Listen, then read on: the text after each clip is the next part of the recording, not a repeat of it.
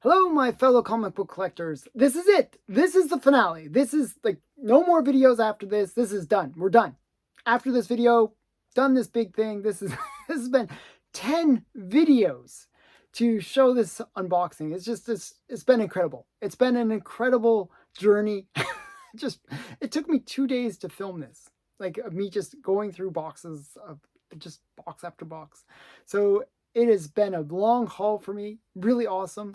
I've been super pumped doing this. I've been really excited to get to this final video because I shot this in order. So I've been building up just as much as you have to get to this finale. This is it. This is this is the video. And there's going to be really awesome books. Like, you know, I've shown big books. Like if you watch some of the other parts, you'll know I've shown some really big books. Well, this finale, I really step up my game and show some incredible books. So we're going to start off with a claim sale that I won, and I really negotiated. I bought one book from the guy, and he said, "Oh yeah, I'm doing a claim sale." And when he did the claim sale, he was like being really nice to me because I was like, "Oh, I already bought a book from you." So I was like using that as a negotiation tactic to get really good prices on some of his big books. He had some pretty amazing books. So I got a ton of books from him, and I'm going to show you those first. And I got them for great prices. So we're going to start off with, and I didn't pay much for this one. You can see. That's like here. Take it out of the plastic. This is, and you can see, it was originally 85. Then went down to 65. I think I paid 50. 50 bucks for this one. And this is Daredevil Annual #1.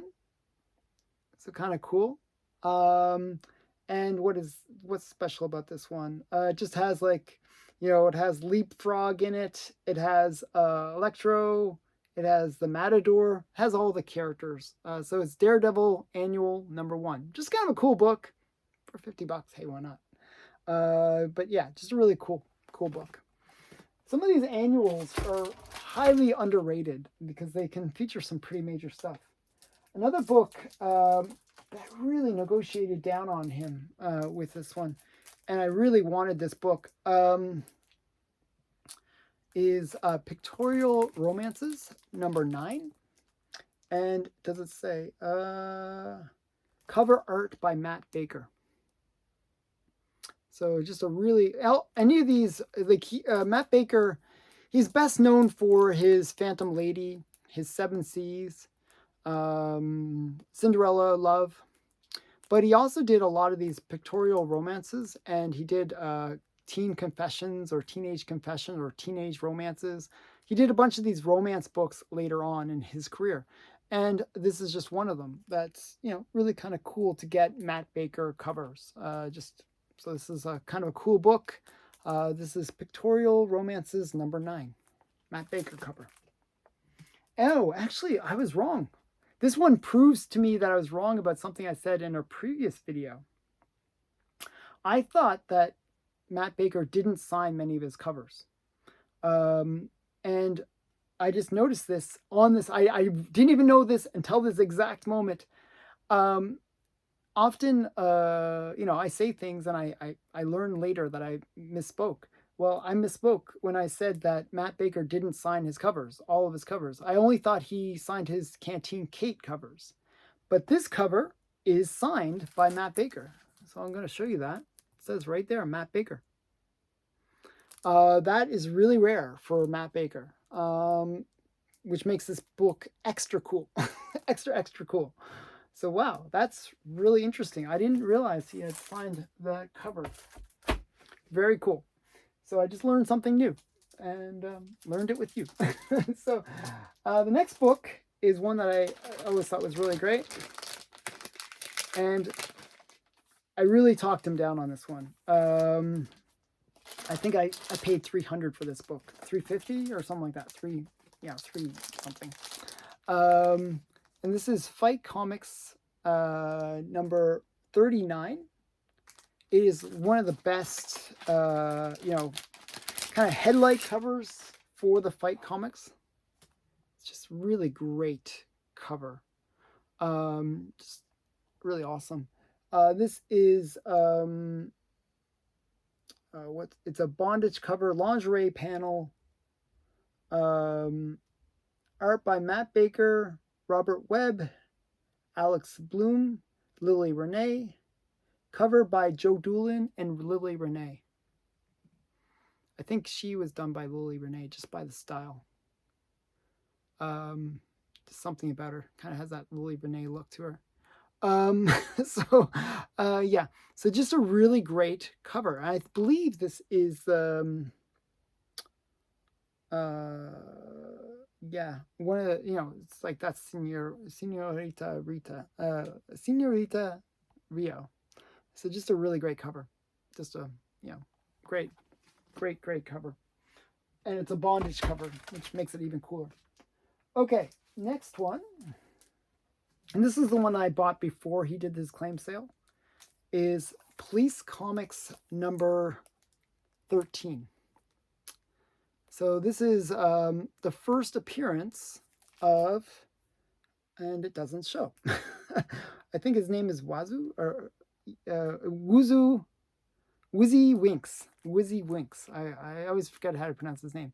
Wizzy Winks. And Wizzy Winks is Plastic Man's sidekick.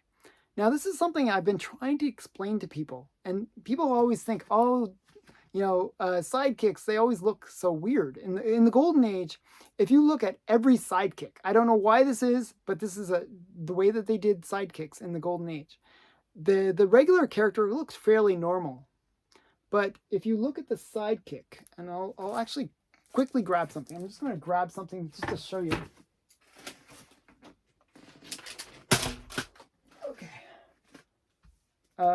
Here's the sidekick. This is Woozy Winks, okay? I just had to grab another comic to show it. They will always distort the features and make them look a lot more cartoonish and silly. I don't know why. They always do that with sidekicks. They always make them look very, like their noses are big, their faces are odd-shaped. Any of the features that they have are kind of accentuated. Very, almost like a character of a person.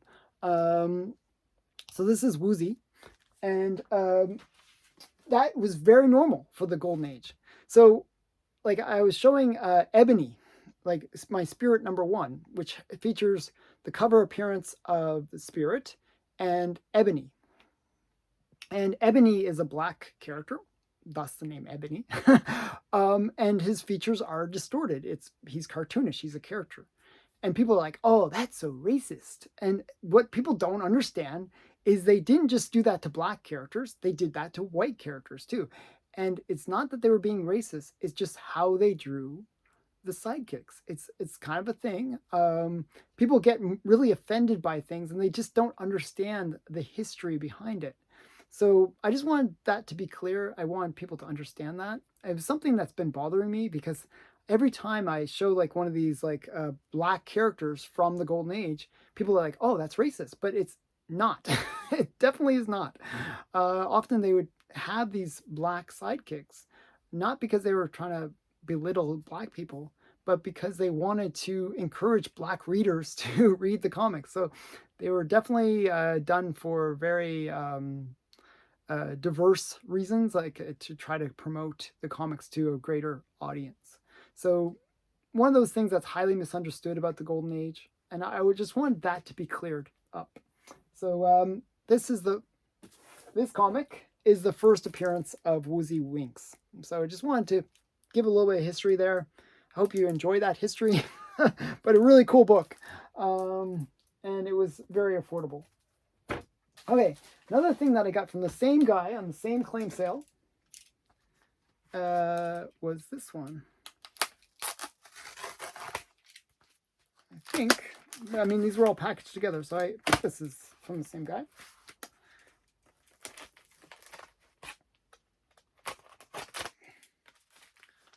Okay. A little bit awkward to get out. Yeah. Okay. So, this was a raw comic that he had, and it's another Matt Baker cover. And as I said, he did teenage romances as well. So this is Teenage Romances. I'm not sure what number it is. What does it say? Does it say the number? Teenage Romances number 17. Another great Matt Baker cover. I'm going to check if it's signed now because now I'm paranoid that I totally misspoke when I said he didn't sign his covers. No, it's not signed. But definitely cool. As I said, these romance covers he did a lot of. And it really showcases Matt Baker's art. He was really good at making very pretty girls. That's one of his skills. So this is, you know, a nice copy of Teenage Romances. Another Matt Baker cover. I'd like to collect certain key artists from the Golden Age, and Matt Baker is definitely one of them that I have high respect for. Okay, let's get into some more slabs. I have this pile of boxes that I'm like, as I open these up, that is just gradually falling down in the background. So if you hear thunks, that's me, like all these bags and boards that are like getting stacked, gradually falling over. It's kind of funny. Okay, put that on the floor. Okay, now we get into another. This is a really big book. This book is the only one on the census, and it's in a low grade. I admit that. It's the only one on the census, though. This is Jughead number 1, but this is the Bell Features version of it. I believe it came out a year later. I'm not sure if I'm right on that. I think Jughead number 1 came out in 49, and this came out a year later in Canada. And this is the Canadian edition. There's only one of these on the census. This is the only copy on the census. It's a kind of a rare book. It looks exactly almost the same as the American edition. I believe, I forget there's like a slight difference. Nothing too important. But so it says Archie's Pal Jughead number 1, Bell Features 1950. It's incomplete. Missing centerfold, which is not uncommon for Golden Age. A lot of the times that they would, especially during that era, they would use like subpar staples. It's like the staples wouldn't grab the centerfold that well. And so centerfold missing does not affect a story. Incomplete. Tape on cover and interior Canadian edition. So kind of a cool book. Jughead number 1, and I got it for a very reasonable price. I actually talked him down because you know, it is it is incomplete, but surprisingly, even as an incomplete book, it's the only one on the census, but they generally are not that much cheaper than like maybe a 2.0 or 3.0.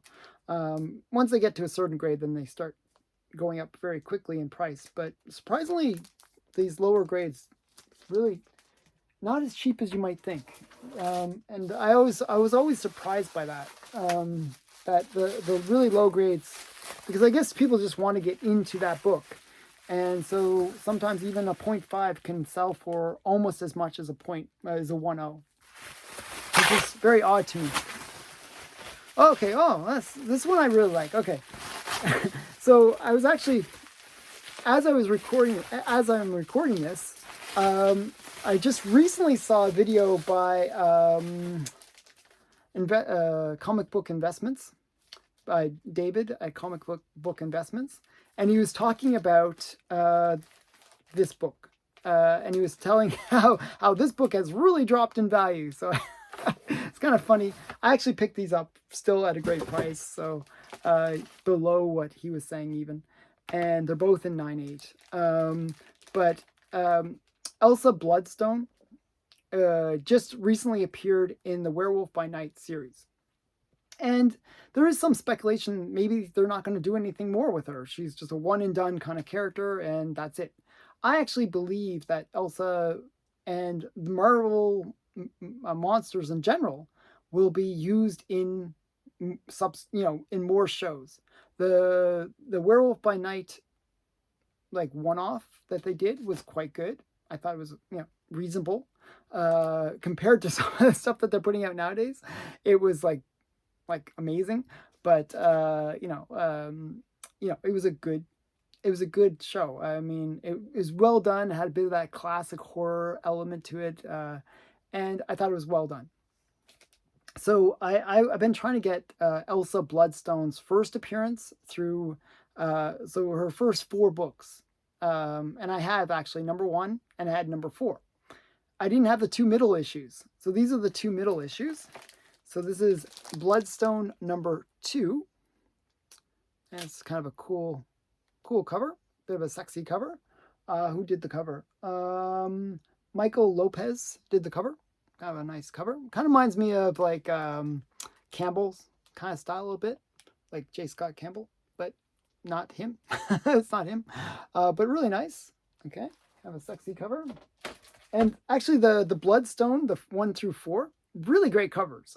That's why I actually wanted to get the series. I wasn't even about like spec or anything like that. It was more I liked the covers, so I'm super excited to get all 4. So this is the last one I needed. This is Bloodstone number 3. And it's just another great Elsa Bloodstone cover. And yeah. So those who are not familiar with Elsa Bloodstone, she's kind of like Tomb Raider, kind of Indiana Jones style character. And just a really cool character. I really do believe that they will do more with the character because she is kind of a cool character. Okay. Oh, wow. Okay. The next one is some big books. Okay. I'll start with this one. This is a really crazy cover. So I like my Golden Age stuff. I like my Precode horror. And this one is one of those crazy Precode horror covers. And I got this one, like this one is one that was also mentioned in the Senate hearings. So I like my historical Precode horror books too, like where they had some major impact on the history of comics. And this is definitely one that was a key book because it's violent. It's, you know, it's kind of crazy. So it's Crime Suspense Stories, number 23. Now, if you're not familiar, number 22 is the one that really ended the Golden Age. It's not even behind me anymore. It used to be behind me. And it's the one with the decapitated head. Well, this is another book that was also from that same run that was a bit controversial. And the reason it was controversial is you got a murder taking place on the cover. So this is Crime Suspense Stories number 23. And it's on a 1.0. It's really low grade. The price for it was so good, so it was hard to pass up. It was like a couple $100.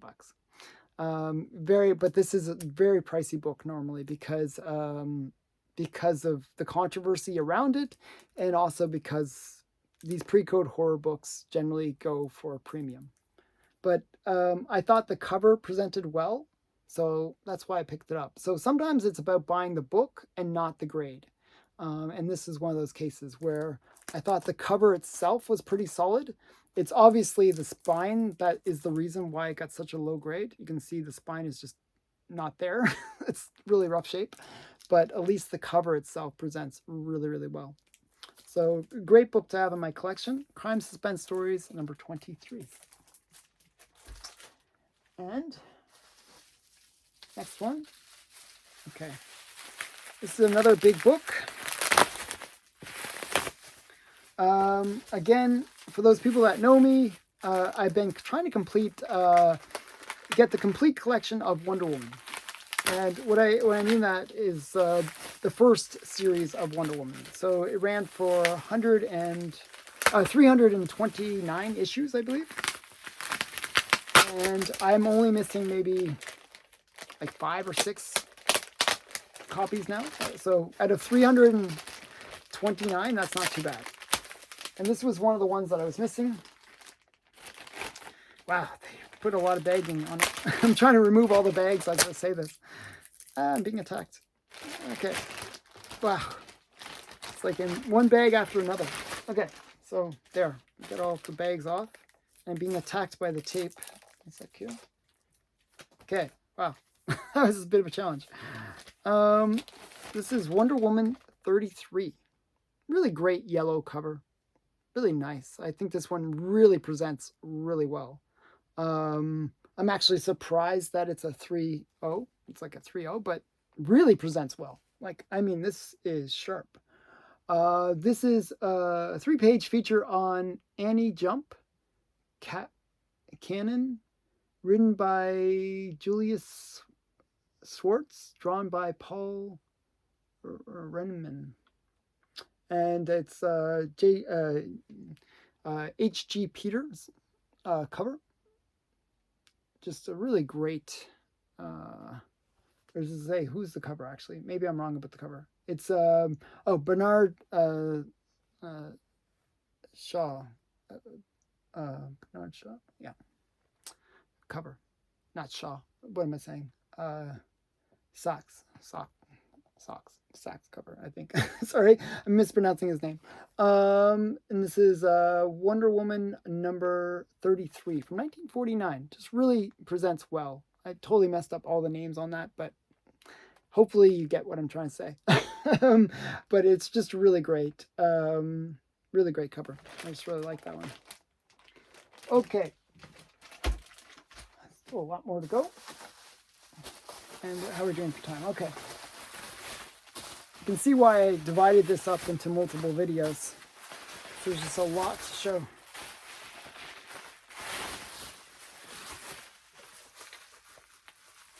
Oh, this one has like a lot of bubble wrap. Okay, so this is another claim sale where the guy had 2 big books that I really liked. He was a bit slow about shipping them. Like I had to I was like waiting for him to ship. I guess he was one of the people that was impacted by the storms in the US. And yeah, so I was very patient. And I got the 2 books for a really great price. Like I'll tell you how much I paid. I believe I paid $2.50 for this one. And this is Daredevil number 3.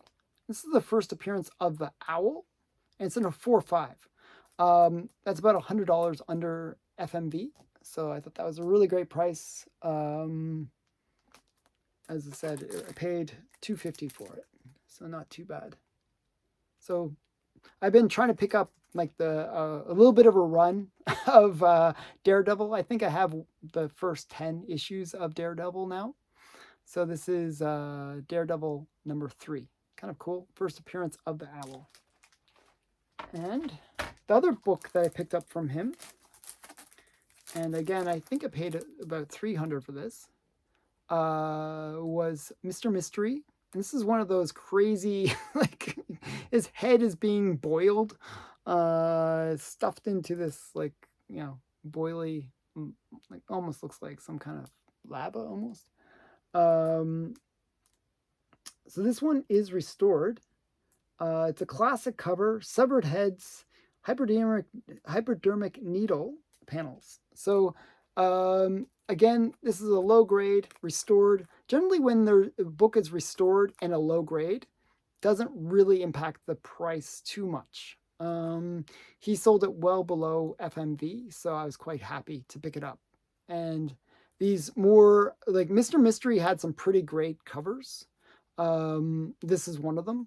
And to pick them up at any price is actually a big deal because they're quite hard to find. So yeah, so this is Mr. Mystery number 13. And very cool cover. Okay. That's that one. And then, oh, okay, this is a really cool book. Lots of cool books. Oops, what's up here? We got 2 great Disney books, and they came together. I'm going to show you them. The first one is really, really great.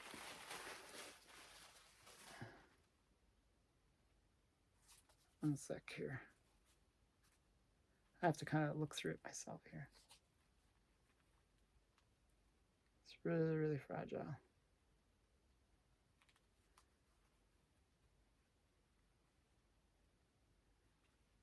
So this is The Adventures of Mickey Mouse, number 1. And I believe This is the first appearance, and I gotta find it.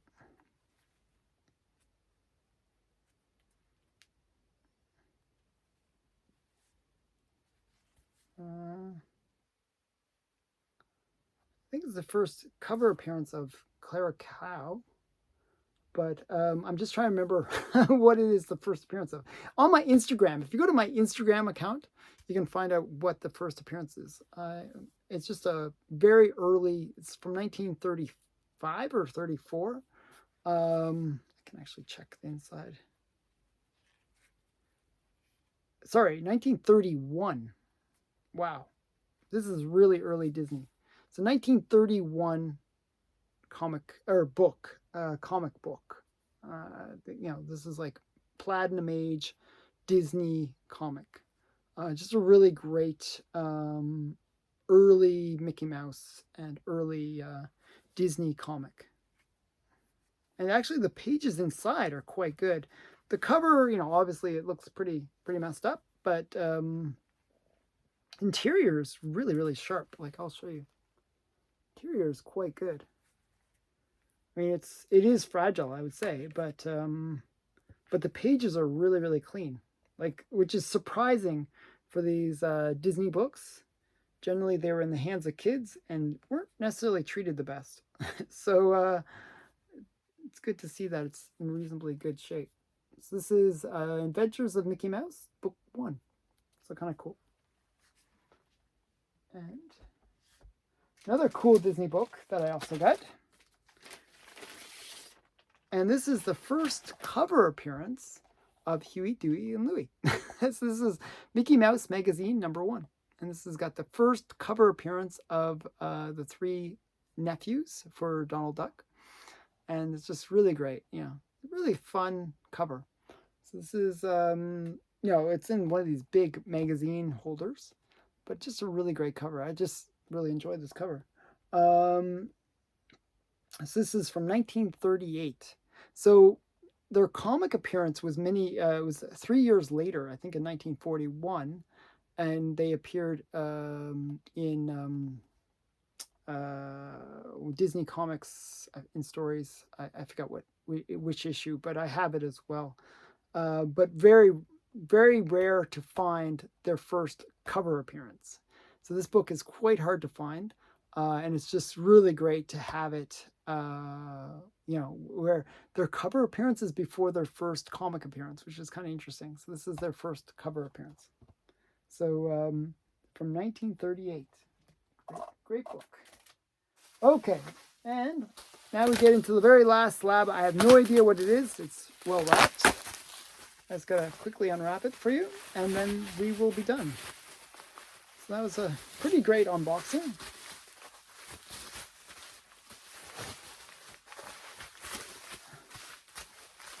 I don't know what this last book is. Hopefully it's something as cool as some of the other stuff I've been showing. I have no idea what it is.